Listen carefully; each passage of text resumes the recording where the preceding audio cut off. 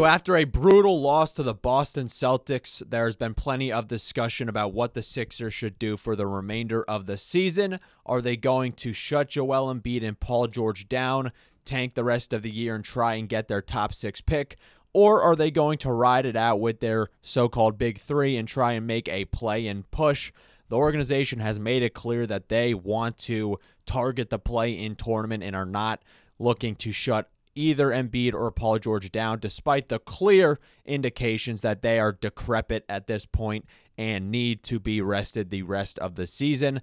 Sixers fans have been infuriated with the way the team has been playing recently on a 6-game losing streak, and it has been clear that this season is a complete wash. They need to tank. It is better for them to try and target a top 6 pick. Is it guaranteed they're going to get it? Probably not. But it is better to do that and give Joel Embiid and Paul George a decent head start on their recovery than wear them down the rest of the year when your season is not going anywhere in the first place. But there's no matchup more relevant to this discussion than tonight's game against the Brooklyn Nets. The Nets and the Sixers are neck and neck in the NBA leaderboard, 20-35 for both teams, tied at the 6th spot in the Tankathon draft lottery rankings. If the Sixers lose this game to the Nets, it could have serious implications for their tank in a good way, in that the Nets are 1 game behind the Sixers, and that can be the difference between the Sixers getting the top 6 odds and the top 7 odds, and outside the top 6 odds, you pretty much have a dismal chance of getting that top 6 pick back. So this is the most important game of the 76ers season. I'm upset that it had to come to this point, that the most important game of the season had to be against the Brooklyn Nets and not, some primetime matchup against the Boston Celtics or the Knicks or the Bucks or whatever. But yeah, given where the Sixers are this year, this game has a serious effect on whether the team should tank for the rest of the season. It is already clear that they should. But the Sixers, I guess they need one more straw to break the camel's back. If they lose this game, it should be clear as day to them that Joel Embiid and Paul George need to be shut down, and you need to set your sights on the NBA draft. But we're going to go all into it here on NZ for 3, where for some reason we still talk about the Philadelphia 76ers because we're sick in the head. But let's just get right down to business. So as we all know, the last time these two teams met, Paul George scored 2 points and the Nets were able to win that game in what was probably the most disastrous Sixers game of the entire year, by far for me at least. But this game will feature Joel Embiid, Tyrese Maxey, and Paul George suiting up against Brooklyn. And the last time they did that, on January 4th, they decimated the Nets 123-294. Embiid had 28 points, 12 rebounds. PG and Maxey didn't really play the best, but you were getting some really good contributions from Caleb Martin, who's no longer on the team, and some other role players.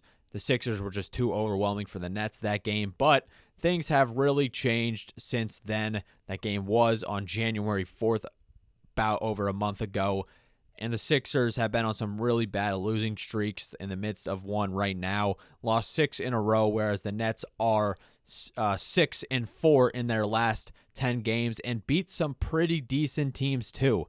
They beat the Rockets twice, one game without Alperen Sengun and one with him. The Rockets were missing some other key pieces too, like Jabari Smith and Fred VanVleet, but that's still not an excuse for a top-seeded team to be losing those types of games. So that does indicate that the Nets are playing with a little bit of a fire under their belly and are looking to, or I don't know, I really don't know honestly, because the Nets are on a winning, they're on a bit of a winning streak right here, 6-4, but the Sixers are faltering.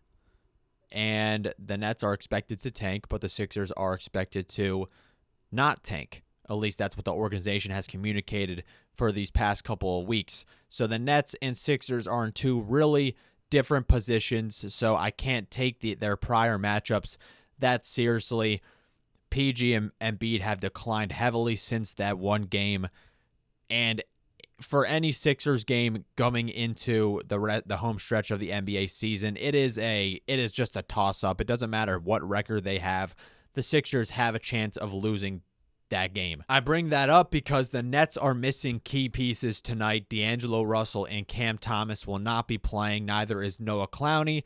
They still got Cam Johnson, though, who knows how to give the Sixers the business. And although the Sixers have their so-called big three on the court, they won't be having Justin Edwards, Eric Gordon, or Kyle Lowry. So they're pretty much fully healthy.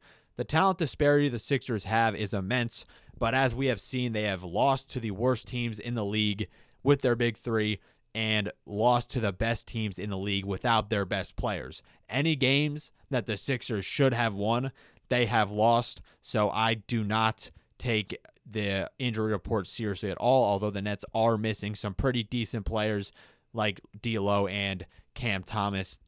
They are just faster and hustle more, and that is what the Sixers are weak to, teams that can actually run and outpace them, outmuscle them, and out-rebound them. The Sixers did have one of their better starts to a game against the Celtics, but we saw them run out of gas so quickly. They were no longer contesting any three-point shots, and although the Nets are one of the better one of the worst three-point shooting teams in the league, you still can't leave wide open NBA players wide open from three. And as we have all been accustomed to, like with every team in the NBA, they have some end of the bench guy who's going to get some minutes and cook the Sixers out of nowhere. So be prepared for that. Will the Sixers be able to win this game? I have no idea. This looks like a perfect game for the Sixers to lose and have it be like the true climax of horrid basketball that they have displayed the entire year. And it's not like the Nets have been sucking recently, too. In fact, they do have the best defensive rating in the league for the month of February, at least according to StatMuse.